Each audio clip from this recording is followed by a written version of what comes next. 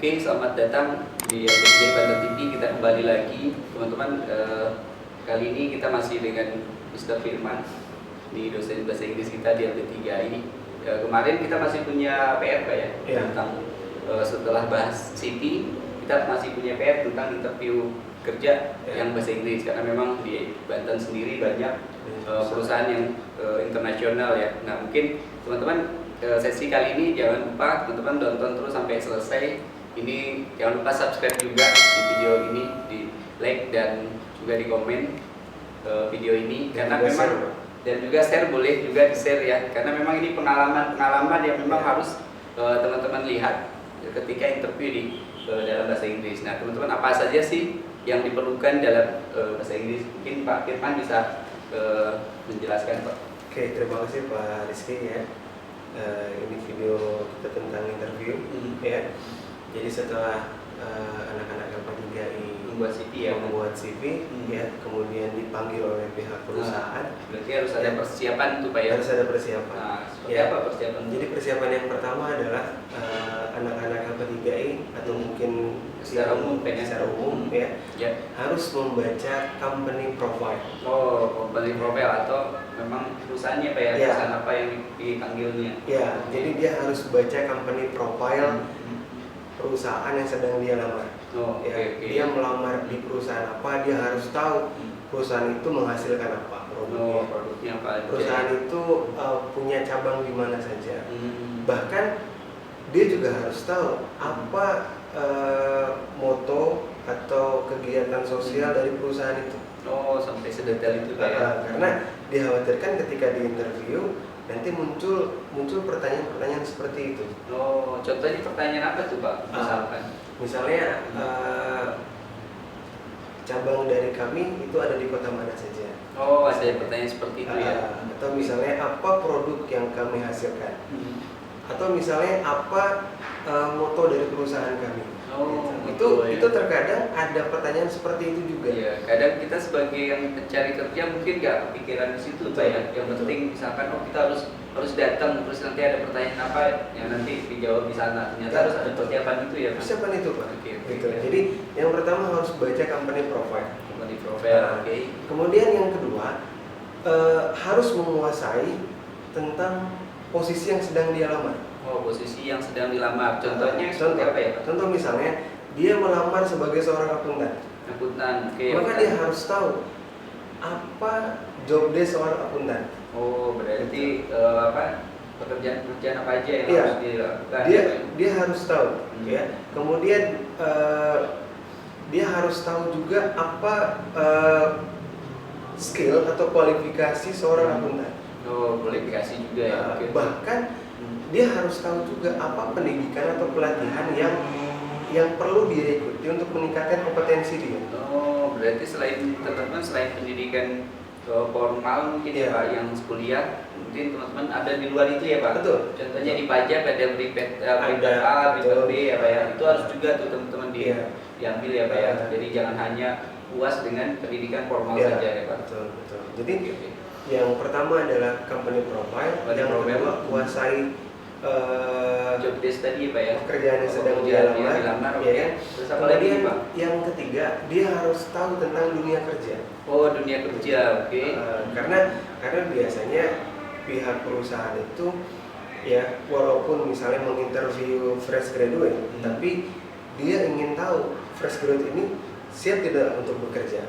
Maka terkadang muncul pertanyaan berkaitan dengan dunia kerja. Oh gitu. Berarti selain pekerjaan yang diambil, ada pertanyaan di luar dari itu, Pak? Iya, tapi seputar dunia kerja juga. Seputar dunia kerja, Untuk mengetahui si calon pelamar ini dia siap tidak untuk masuk ke dalam dunia kerja. Oh iya. Untungnya di LP3I kan kita punya bagian CNP ya, kebetulan Pak Rizky sebagai pimpinannya. Sebetulnya kita banyak sekali ya, Pak ya. Betul. Kita kasih pengenalan tentang dunia kerja di LP3I. Jadi saya rasa anak-anak LP3I sudah minimal sudah punya gambaran. Salah satunya ya. Mungkin ini kita share buat yang lain juga ya, Pak. Selain buat mahasiswa LP3I. Kita niatnya sih untuk yang lain, Pak, biar berbagi juga ya, Pak ya. Mungkin lanjut lagi, Pak, tentang interview tadi ada mengenal perusahaannya, Oke. terus mengenal pekerjaannya, terus mengenal lagi dari dunia kerja. dunia kerja. Mungkin ada lagi nggak Pak? Kira-kira? Kemudian lebih ke persiapan yang sifatnya pribadi, Pak. Oh, persiapan pribadi ya. Apa tuh Pak? Yang pertama ya siapkan mental. Oh, mental. Siapkan Oke. mental, jangan nervous, ya kan? Jangan Jangan banyak kan grogi, dulunya ya Pak ya. Betul.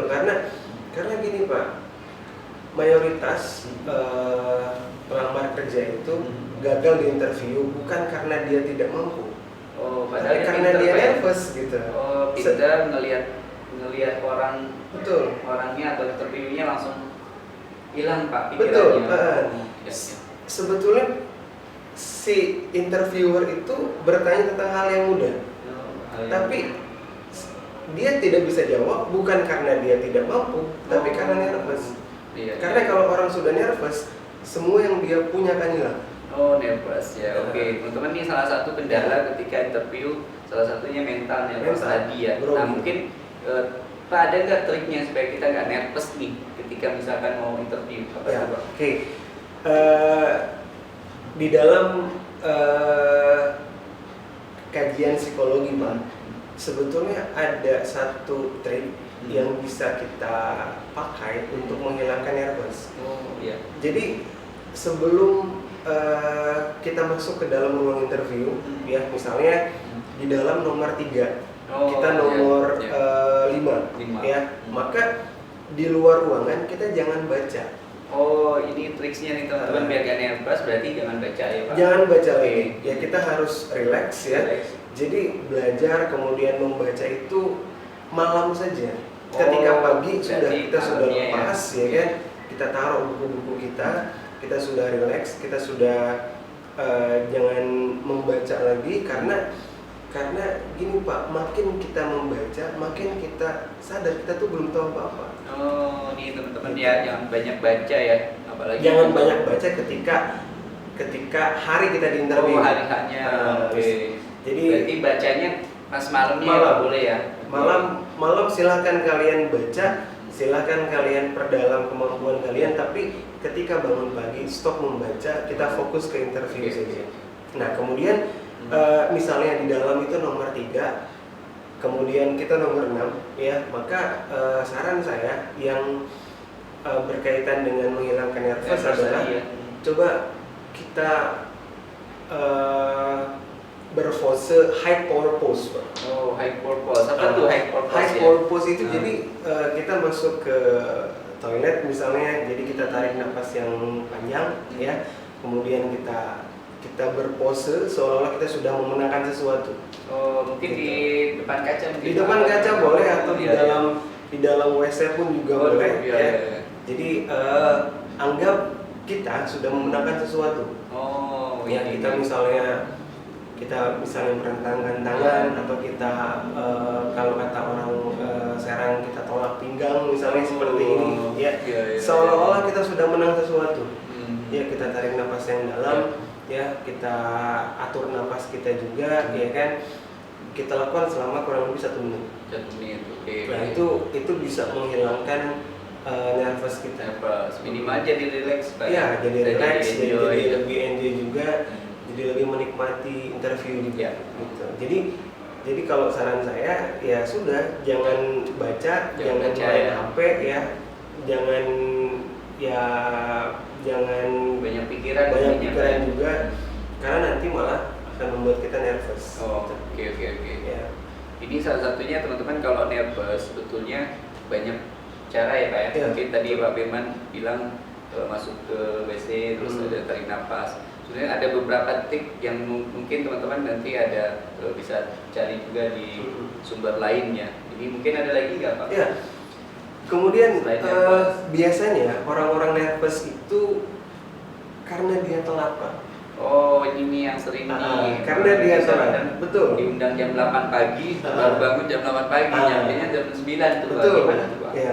Jadi kalau misalnya interviewnya jam 8, maka harus sampai di lokasi itu minimal jam 7 atau jam setengah 8. Jam 7 berarti 1 jam atau setengah jam. Iya, ya, betul. tes Ya, Oke, jadi oke.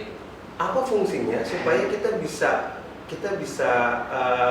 ngeblend dengan tempat interview kita sudah tidak canggung lagi, kita bisa lebih menikmati lingkungan sekitar kita gitu ya, dan kita akan lebih well prepared ketika itu. Oh teman-teman nih, berarti kalau ada panggilan 1 jam atau setengah jam Pak ya datang ya, jangan telat nih.